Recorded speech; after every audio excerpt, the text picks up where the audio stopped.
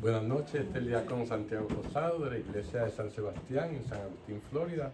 Esta noche vamos a continuar con la segunda parte de nuestro capítulo 18, se titula La caída de la Gran Babilonia, Así que, como siempre, pues vamos entonces a comenzar haciendo la oración para antes de leer la Sagrada Escritura. En nombre del Padre, del Hijo y del Espíritu Santo. Amén. Señor Jesús, abre mis ojos y mis oídos a tu palabra, que lea y escuche yo tu voz y medite tus enseñanzas. Despierta mi alma y mi inteligencia para que tu palabra penetre en mi corazón y pueda yo saborearla y comprenderla. Dame una gran fe en ti para que tus palabras sean para mí otras tantas luces que me guíen hacia ti por los caminos de la justicia y de la verdad. Habla, Señor, que yo te escucho y deseo poner en práctica tu doctrina, porque tus palabras son para mí vida, gozo, paz y felicidad. Habla, Señor, tú eres mi Señor y mi Maestro, y no escucharé a nadie sino a ti. Amén. Bueno, como se acuerdan, en la clase pasada, nosotros nos quedamos en las diferentes lamentaciones que había, ¿verdad? Y había, sin lugar a duda, varias lamentaciones, tres para ser específicos, que cubrían del versículo 17, del versículo 9 al 19, ¿verdad? Y ahí empezaba la lamentación de la Gran Babilonia. Luego fuimos a la lamentación de los reyes, ¿verdad? Que fue los versículos 9 al 10, donde los mismos reyes que habíamos oído en el capítulo 17, pues eran cómplices de la prostituta, pues se mantenía a distancia una vez que la Gran Babilonia había caído, ¿verdad? Después de aprovecharse de sus riquezas. Y luego en los versículos 11 al 17 vimos la lamentación de los comerciantes, todos esos comerciantes que a través de sus vidas se habían beneficiado con el comercio con la Gran Babilonia, ¿verdad? Estaba ahí, pues leímos del profeta Ezequiel, en el capítulo 27, los versículos 12 al 13, ¿verdad? Donde se hace referencia a esta situación. Ya anteriormente Ezequiel, que es el profeta del destierro, mucho antes de esto que Juan escribió, ¿verdad? Obviamente, pues todo el enfoque de esta lamentación de los comerciantes es los despilfarros y la ostentación de lujo que la Gran Babilonia pues ostentaba, y obviamente pues todos estos comerciantes se beneficiaban de esta vida de consumerismo que verdaderamente la Gran Babilonia estaba llevando. Y nos da una lista de diferentes objetos de valor que habían de comercio, ¿verdad? Y así por el estilo, para que uno tuviera una gran idea. O sea, en otras palabras, como que toda esta mercancía como que anticipa los grandes supermercados, ¿verdad? Que todos estamos acostumbrados a ver en nuestro país. La riqueza en sí no es mala, sino la riqueza acumulada a costillas de que otras personas sufran, ¿verdad? Y la riqueza acumulada que solamente se acumula para satisfacer esa ansia de material, de tener algo que verdaderamente pues no lo va a autorizar para un bien, ¿verdad? Eso es lo que se refiere aquí específicamente. Y pues obviamente pues la ciudad que más se asemeja a todo esto en aquel entonces pues era Roma, ¿verdad? Y cuando vemos que la ciudad, dice en estos versículos que la ciudad se incendió, pues eso nos hace pensar cuando Nerón incendió la ciudad de Roma y después culpó a los cristianos, y eso desató una de las persecuciones más grandes de aquella época, ¿verdad? Y Y esto pues obviamente pues esta lamentación de los comerciantes es una lamentación que es de autoestima, no es por nadie más, sino que ellos se están lamentando por ellos mismos, ¿verdad? Por lo que han perdido de ganar. Y con eso más o menos pues fue que terminamos pues la clase pasada, ¿verdad? Les quise dar este pequeño resumen para que entonces pues podamos ya con ese acordarnos de lo que ocurrió, pues entonces podamos enlazar esto que entonces vamos a estudiar esta noche. Por lo tanto, ahora vamos entonces, como dijimos anteriormente, está la lamentación de los reyes, de los comerciantes, y ahora vamos a la lamentación de los marineros. Para eso vamos a leer los versículos 17 al 19 del capítulo 18, que dicen así.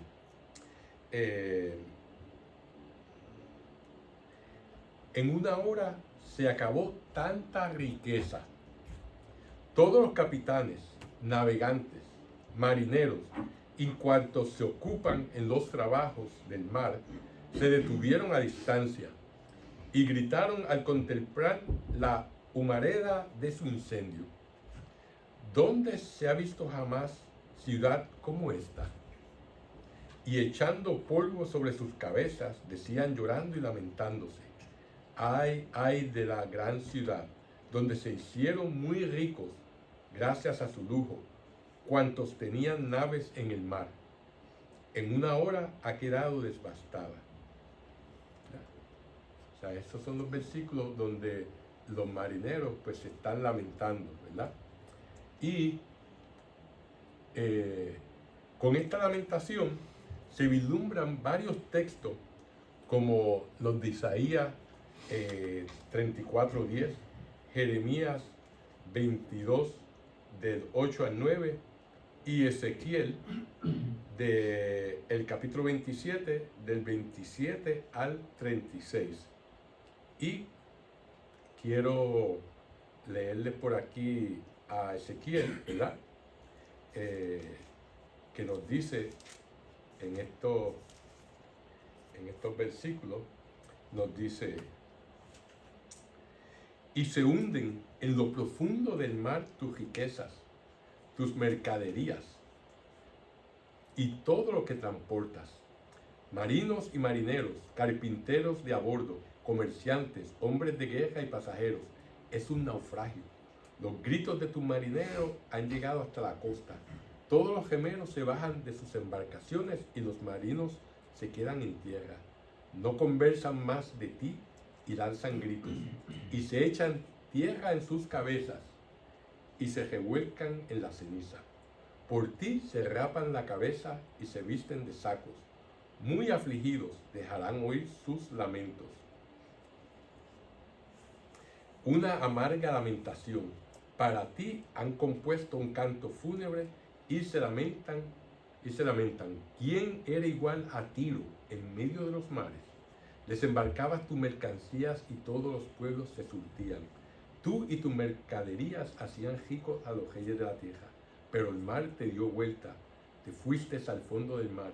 Tu carga y todo tu mundo desaparecieron contigo. Los habitantes de toda la isla están muy consternados. Los reyes titiran, su rostro se descompone. Por doquier en el mundo entero, los mercaderes silban cuando hablan de ti. Y te has convertido en un ejemplo, no te verán más. O sea, bastante similar un pasaje al otro. Tiro era una ciudad, ¿verdad? Fenicia. Los fenicios eran un pueblo que eran marineros, eran famosos porque eran buenos marineros y comerciantes. Y ellos verdaderamente colonizaron gran parte del Mediterráneo. Entre las colonias más famosas de Tiro está Cartago, ¿verdad? Cartago fue la ciudad que rivalizó a Roma al principio de la historia romana, y hubo 3 diferentes guerras, se llaman las guerras púnicas, entre Cartago y Roma, ¿verdad? Ahí sale de esa ciudad Cartago uno de los generales más famosos de la historia, Aníbal, ¿verdad? Que derrotó a Roma cada vez que se enfrentó con ellos, ¿verdad? Pero pues los fenicios eran comerciantes y eran un pueblo bastante rico, y Tiro era una de las ciudades más importantes de ese imperio mercantil, si lo podemos llamar así, ¿verdad? Porque no era un imperio como los demás, como Roma y eso, pero que sí controlaba gran parte del Mediterráneo debido a sus colonias donde había intercambio de todas las cosas necesarias, ¿verdad? Y así pues se hicieron poderosos, ¿verdad? Y fue un pueblo que pues de ahí también parte de los fenicios está Biblos, de donde se empezó a escribir los libros, de ahí que viene la palabra Biblia, de la ciudad de Biblos, en Fenicia, y los fenicios fueron los que nos dieron también el alfabeto, ¿verdad? De ahí fue que ellos fueron los que desarrollaron el alfabeto que hoy en día utilizamos. O sea que ellos hicieron muchas contribuciones, ¿verdad?, a la civilización de aquella época y de hoy en día. Pero eventualmente fueron derrotados y obviamente pues aquí Ezequiel está lamentándose de la caída de Tiro, por el hecho de que pues Tiro se convirtió, como decir, otra Babilonia, una ciudad donde verdaderamente lo importante era lo que se ganaba, el dinero y las posesiones materiales eran el Dios de ellos, ¿verdad? Y pues eventualmente pues cayó. Y por eso pues Ezequiel es el pasaje que se está refiriendo, y que es muy parecido al pasaje que Juan está escribiendo sobre la Gran Babilonia, que muchos de los eruditos bíblicos se entienden que es Roma, ¿verdad? Por lo que ya hemos discutido anteriormente. Fíjense, parece que con estas 4 categorías, ¿verdad?, de marineros, que quería indicar que el mundo comercial que traficaba por las aguas del Imperio Romano, ellos también se asombran de que hubiera caído la gran ciudad que ostentaba tanto lujo, ¿verdad?, y se fueran a perder tanta riqueza, como vemos en el versículo 16. Los marineros lloran y echan polvo sobre sus cabezas, sobre una ciudad tan grande, ¿verdad? Como sabemos, eso es un acto de lamentarse. El pueblo judío lo utilizaba más bien para, en un momento que uno se arrepentía y le pedía perdón a Dios y expiación, ¿verdad? Pero en el caso de aquí de los marineros, ese no es el caso. Esos se están echando ceniza y se revuelcan por las cenizas porque por haber perdido tanto negocio, ¿verdad? O sea que el mismo acto se está utilizando de una manera bastante equivocada, ¿verdad? Pero cada cual lo usa para exponer su manera de sentir, de pensar y frente a su Dios, ¿verdad? Los judíos obviamente al Dios verdadero, y en el caso de estos marineros a su ídolo, que es el dinero, que es el comercio, ¿verdad? Ahora, ¿de qué se estaban lamentando estos comerciantes y marineros, verdad? Como dije anteriormente, de su riqueza. O sea, esto sería tal vez el equivalente para nosotros de perder todos nuestros ahorros que tenemos para cuando nos jubilemos, ¿verdad? Pues para uno tener una idea, ¿verdad? O una persona que pierde todo en un huracán y la casa y todas, ¿verdad? Eso es una pérdida bastante grande. Pero como hemos dicho anteriormente, su lamento no los conlleva al arrepentimiento, ¿verdad? Desgraciadamente. Ahora, en la segunda carta a los Corintios, en el capítulo 7 al versículo 10, vemos que hay 2 tipos diferentes de tristeza, ¿verdad?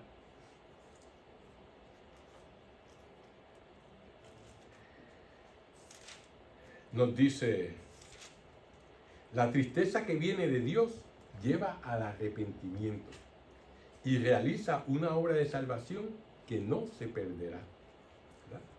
Por el contrario, la tristeza que inspira el mundo provoca muerte. O sea que, como vemos, esto es lo que Pablo nos está diciendo en los Corintios, que es lo que estamos viendo en estos pasajes. O sea, la lamentación por las cosas materiales que han perdido. Eso conlleva a la condenación, mientras que la tristeza, el arrepentimiento que viene de Dios, ¿verdad? En el que nos hace ver que nosotros hemos actuado mal y lleva a que nos arrepintamos y lleva a que, en el caso si hemos cometido un pecado, a confesarnos, ¿verdad? Pues entonces eso nos lleva a nuestra salvación, a volver a estar otra vez en la gracia de Dios. Un ejemplo bastante claro de esto, ¿verdad? Es Saúl y David, ¿verdad? Que es un ejemplo muy bueno de esto. Como se acuerdan, en el primer libro de Samuel, en el capítulo 13, versículo 13, se habla cuando el profeta Samuel le quitó el reino a Saúl y se lo dio a David. Ok, este pasaje, ¿por qué fue que él le hizo eso?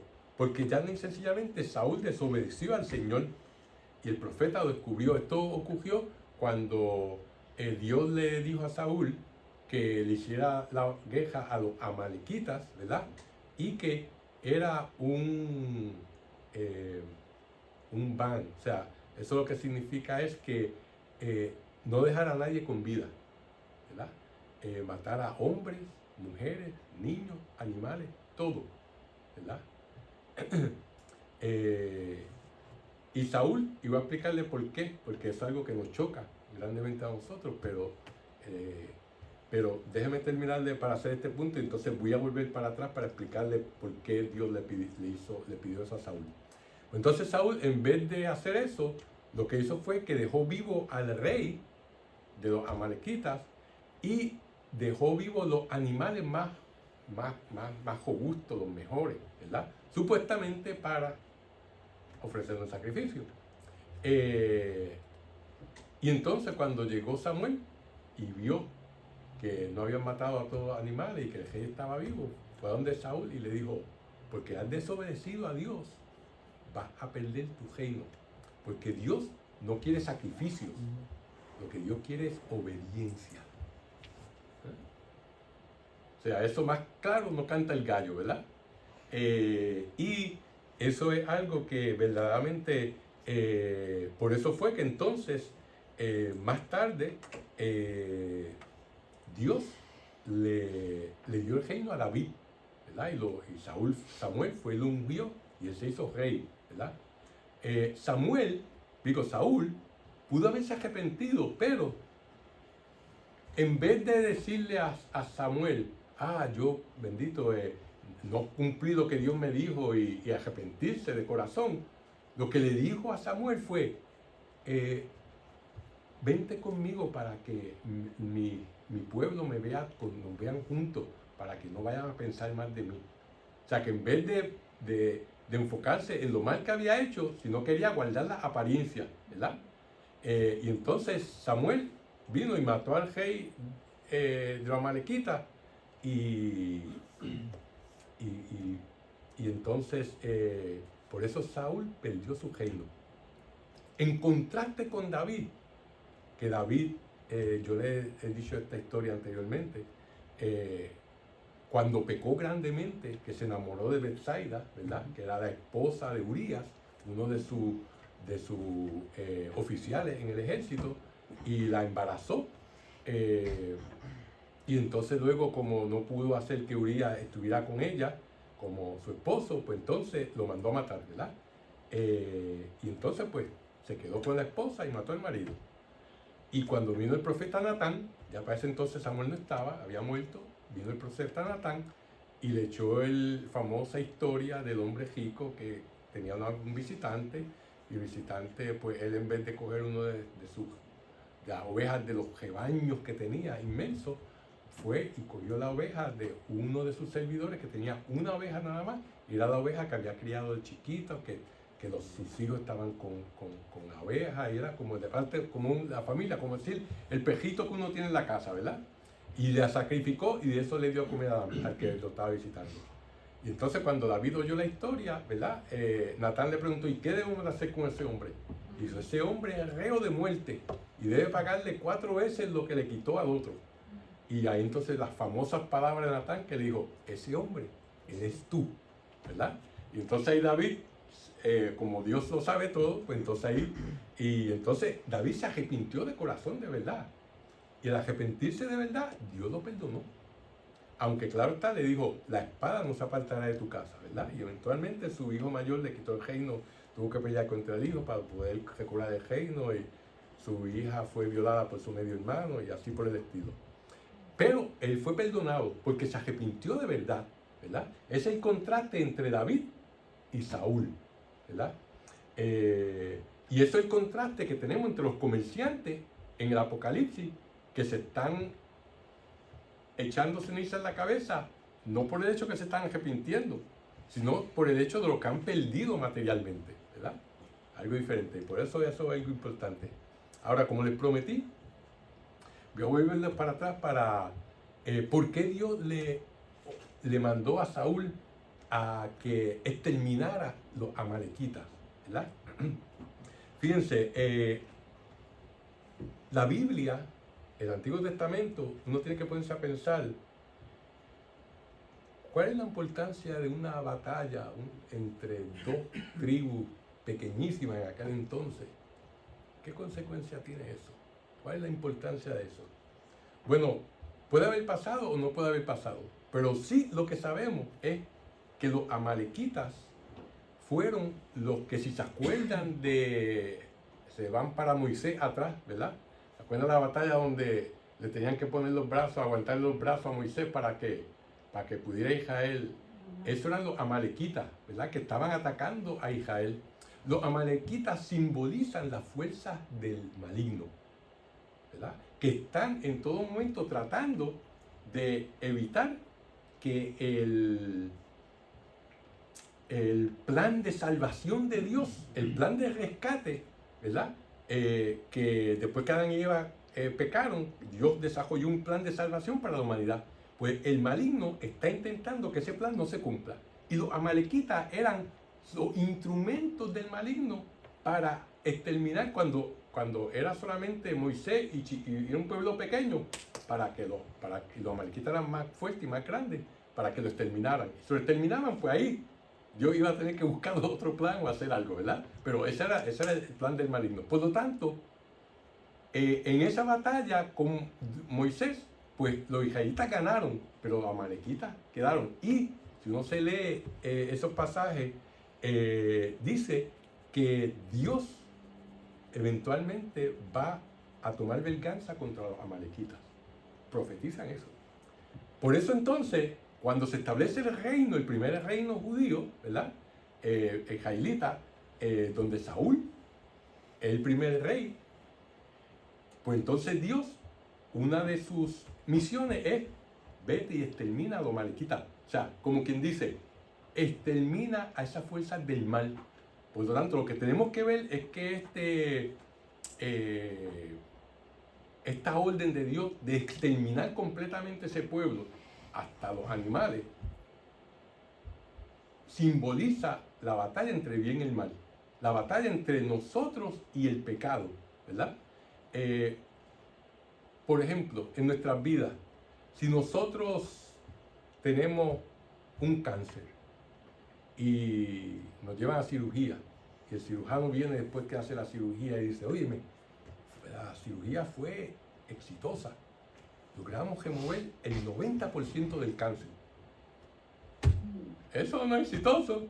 Tú quieres que te remuevan todo, ¿verdad? O como la esposa que le dice al esposo, yo te amo de corazón y yo te soy fiel 99% de las veces. ¿Ah? ¿Cómo le cae eso al marido? Nada de bien, ¿verdad? Porque tiene que ser fiel 100% de las veces. Por lo tanto, el mal no lo podemos solamente disminuirlo, tenemos que erradicarlo de nuestras vidas. Claro está, es algo difícil. Todos somos pecadores y pecamos, ¿verdad? Pero nosotros tenemos que tratar, hacer el esfuerzo de erradicar el mal completamente. No, mira, yo uso droga y después dejé de usar las drogas todos los días, ahora lo estoy utilizando una vez a la semana. Digo, es un paso si se sigue para que sea 100%, pero si la persona está contenta porque lo usa una vez a la semana, una vez al mes, no está erradicando el problema, solamente está disminuyendo.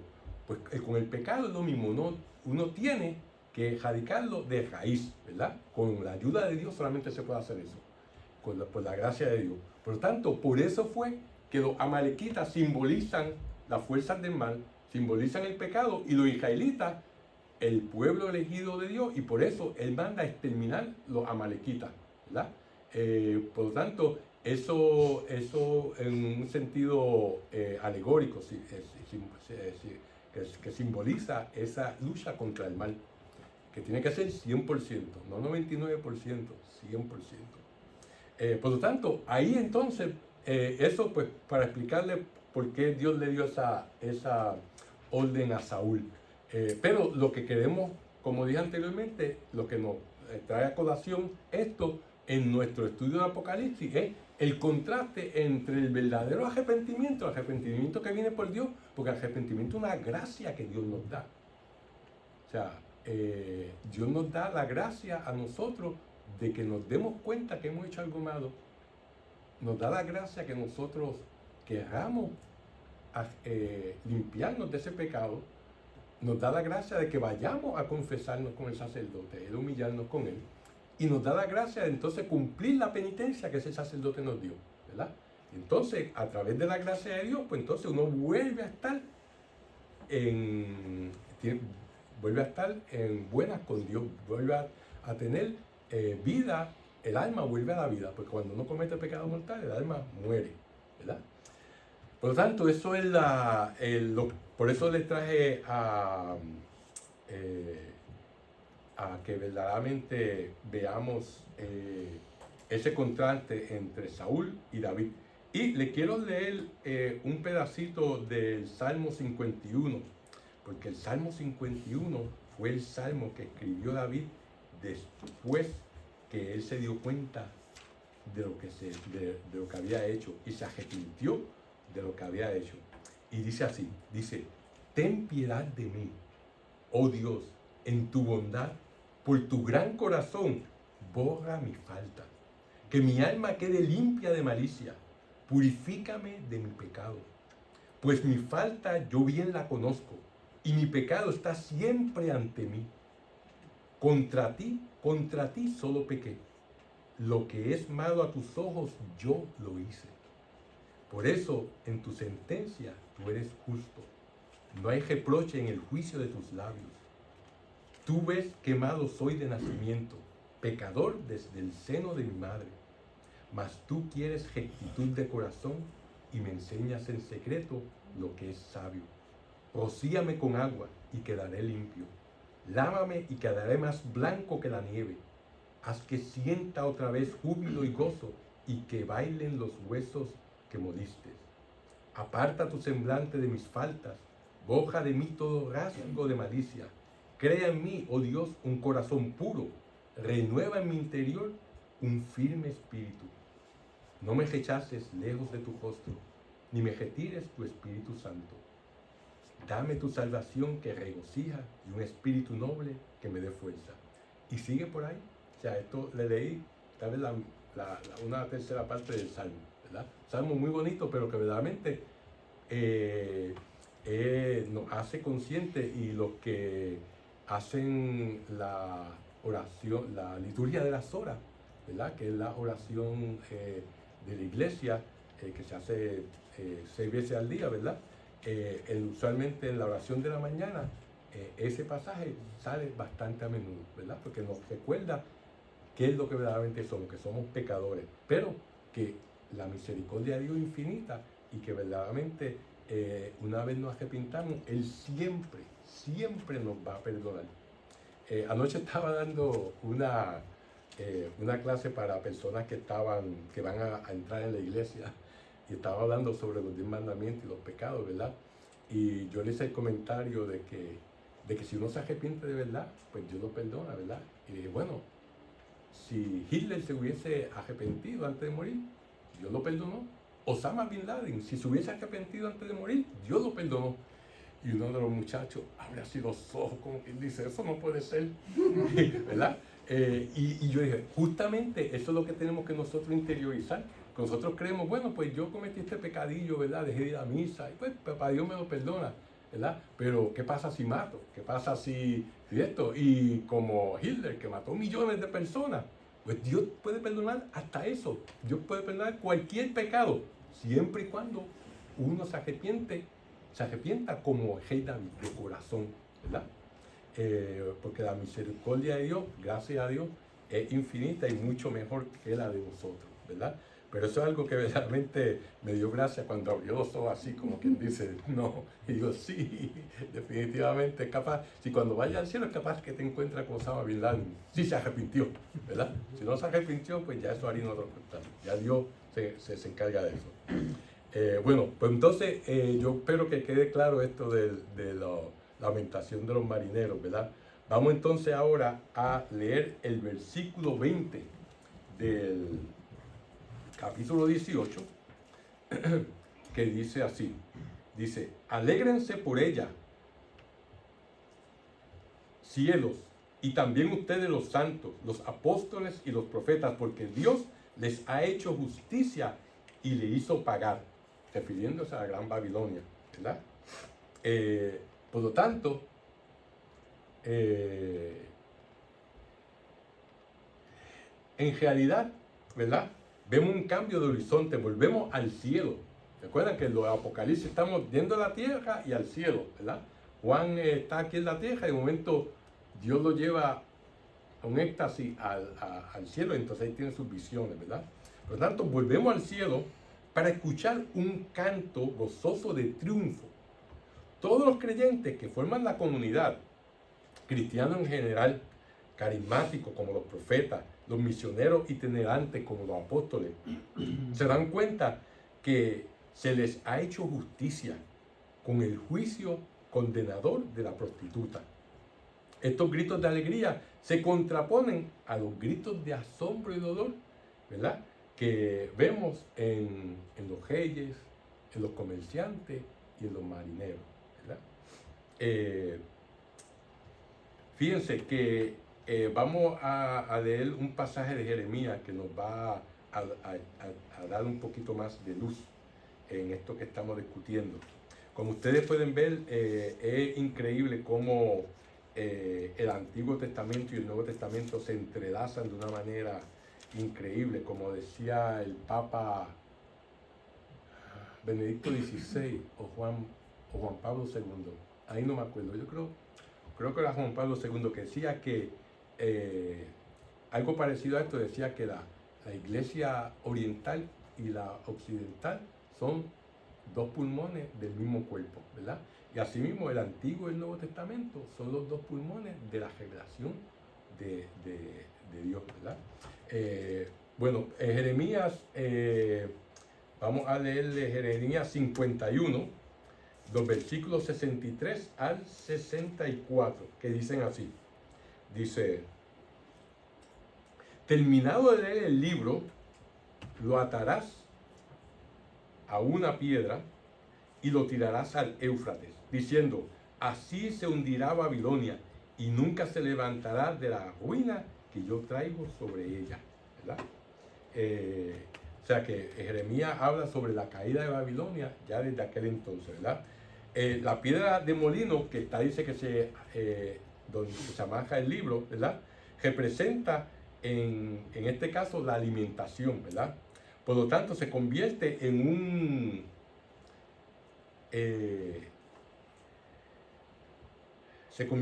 símbolo positivo, ¿verdad?, de alimentación, ¿verdad?, a uno negativo de destructor, cuando el molino que se usa para moler la comida, ¿verdad? Los granos y hacer el pan, pues es un símbolo usualmente de algo alimenticio, algo bueno. Pero en estos versículos, en estos pasajes, se convierte en algo destructivo, ¿verdad?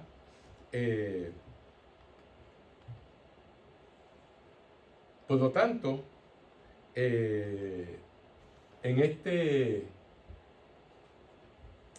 se ve en este versículo que acabamos de que hay un ángel poderoso, ¿verdad? Y este gesto de arrojar la gran piedra al mar, que se encuentra en los próximos versículos, ¿verdad? Nos dice, verdaderamente, antes de eso, que este gesto es algo de destrucción. Déjenme leerle otra vez el pasaje que se me... leerle desde los anteriores, que dice así.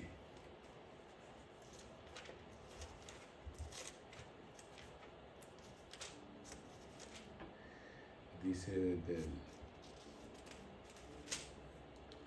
desde el 60. Entonces Jeremías había reunido en un libro todas las profecías que se habían escrito respecto de Babilonia, para anunciar todo el mal que caería sobre ella. Y Jeremías dio esta orden a Seraías: cuando llegues a Babilonia, cuida de leer en voz alta todo esto. Y agrega: Yahvé, tú has declarado respeto a este lugar que será destruido de manera que nadie lo vuelva a habitar y que quede arruinado para siempre, ¿verdad? Entonces, terminado el libro, lo atarás a una piedra, ¿verdad? Y lo tirarás al Éufrates, como habíamos leído anteriormente. Por tanto, un gesto de destrucción, ¿verdad? Y también en otros pasajes de Jeremías se nos habla de el gran silencio que va a ocurrir, ¿verdad? Que es un silencio desolador, ¿verdad? Que se adueña de una ciudad reducida a puras ruinas. No hay ninguna señal de vida, ni hay música, ni actividad laboral, ni tampoco ninguna clase de celebración alegre en este capítulo 25 de Jeremías, ¿verdad? Por lo tanto, todo eso nos va a recordar lo que le está pasando a la gran Babilonia, ¿verdad?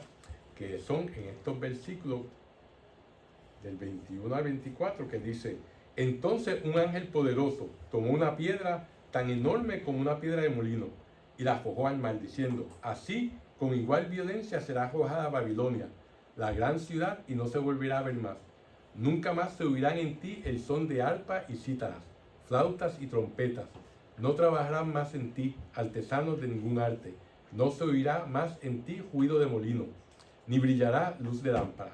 No se oirán más en ti los cantos del novio y de la novia, porque tus comerciantes eran los magnates de la tierra, y con tus hechicerías se extraviaron las naciones. En esta ciudad fue hallada sangre de profetas y santos, y de todos los que fueron degollados en la tierra, ¿verdad? O sea que cuando vemos que se habla en ese pasaje de un ángel poderoso, también en Jeremías habla de eso. Cuando se habla de arrojar la gran piedra al mar, ya Jeremías lo había hablado de ello.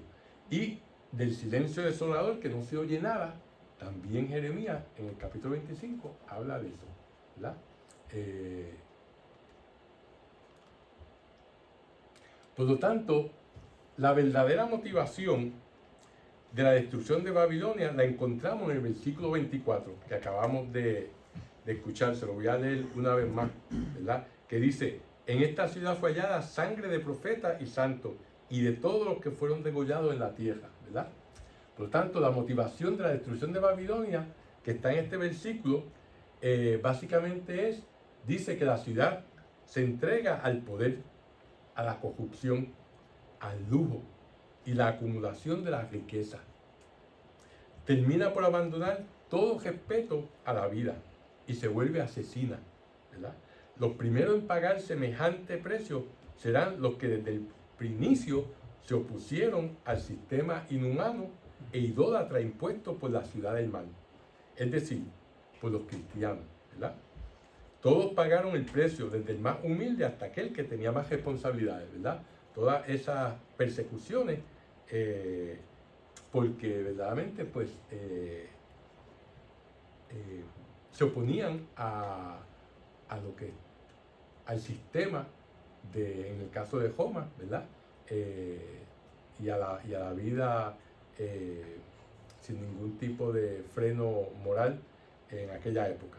Por tanto, eso fue lo primero en pagar este precio, ¿verdad? Que dieron su vida. Por eso Babilonia es una ciudad que se entregó a la corrupción y a la acumulación de riqueza.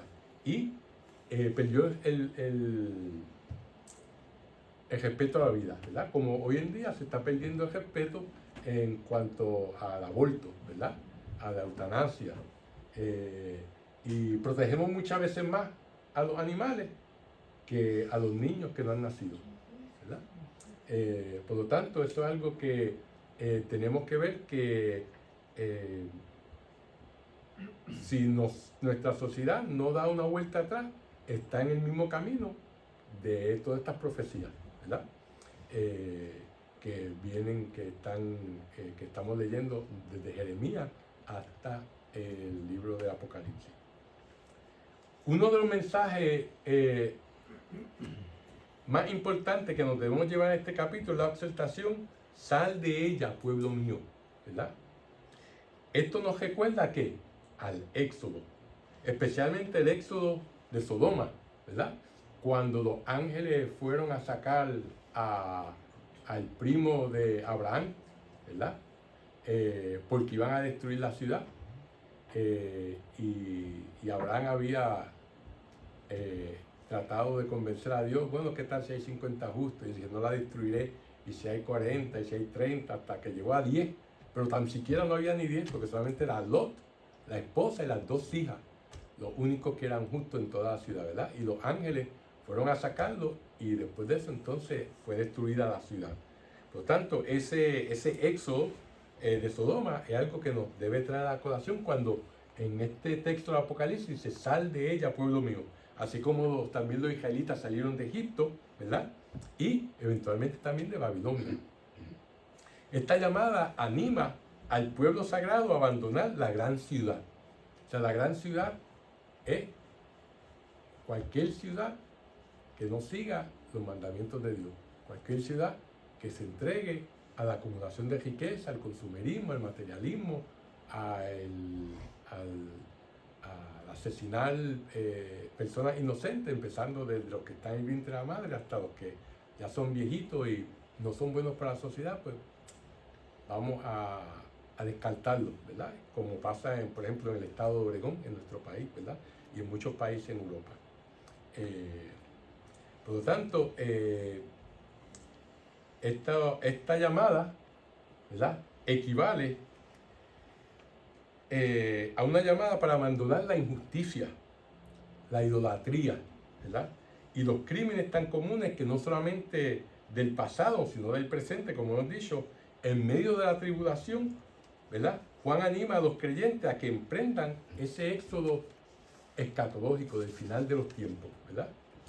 En el siglo XXI, la Gran Babilonia no solamente se le identifica como un país renegado y diabólico, sino que también está en donde hay numerosas comunidades cristianas, ¿verdad? Estas comunidades están luchando y dando su testimonio. Por lo tanto, no debemos dejarnos contaminar con los ídolos de hoy en día, ¿verdad? Que, como dice Santo Tomás de Aquino, son 4 grandes ídolos: el dinero, los placeres, el poder y la vanagloria, ¿verdad? Como hemos dicho anteriormente, el dinero es neutral, dependiendo cómo uno lo use, pero si se convierte en el centro de nuestra vida, se convierte en nuestro Dios, nuestro ídolo. Los placeres son buenos, creados por Dios, pero si son el centro de nuestra vida y no pensamos en nada más, entonces ese es nuestro ídolo. Y así mismo con el poder y con la vanagloria y con la gloria, ¿verdad? Por lo tanto, nosotros, en la medida en que la iglesia mira a los hombres y al mundo con los ojos y corazón de los pobres, no puede esperar sino la queja de parte del dueño y de los dueños de este mundo. En nuestros días hay una preocupación, ¿verdad? La sociedad del primer mundo tiene o controla la mayoría de los recursos de la tierra. Solamente una minoría de los habitantes de la tierra disfruta un estilo de vida que se niega a quien no tiene recursos, ¿verdad? A los que vivimos en el primer mundo se nos pide justicia. Debemos estar preparados para compartir nuestros bienes. Sin embargo, esto no es suficiente, ¿verdad? Y no solamente estamos hablando de dinero, estamos hablando del tiempo de uno, de los talentos de uno, ¿verdad? Nosotros también debemos tomar conciencia de cómo adquirimos y mantenemos nuestra prosperidad a costa de la pobreza de otros. Como cristianos, se nos desafía para que vivamos el Evangelio de Jesucristo. Uno de los mejores ejemplos se nos da en el Evangelio de Mateo, cuando habla sobre el juicio final, ¿verdad? ¿Se acuerdan de cuando dice que ponga a mi derecha las ovejas y a mi izquierda los cabritos, ¿verdad? Y básicamente le dice, vengan a ustedes, los de mi derecha, al reino que mi Padre tiene preparado. Y porque cuando tuve hambre me dieron de comer, cuando tuve sed me dieron de beber, cuando estuve desnudo me vistieron, ¿verdad? Cuando estuve en la prisión me visitaron, cuando estuve enfermo me cuidaron, ¿verdad? Y ellos le preguntarán, ¿y cuándo hicimos todo eso? Dice, cuando lo hicieron con cualquiera de estos pequeños míos, ¿verdad? Y así mismo, lo mismo le va a pasar a los de la izquierda, pero que no han hecho nada. Y por eso, pues, van a ir al infierno, ¿verdad? Esa es el famoso historia del juicio final, ¿verdad? De Mateo, que está en el capítulo 25, versículos 31 al 46.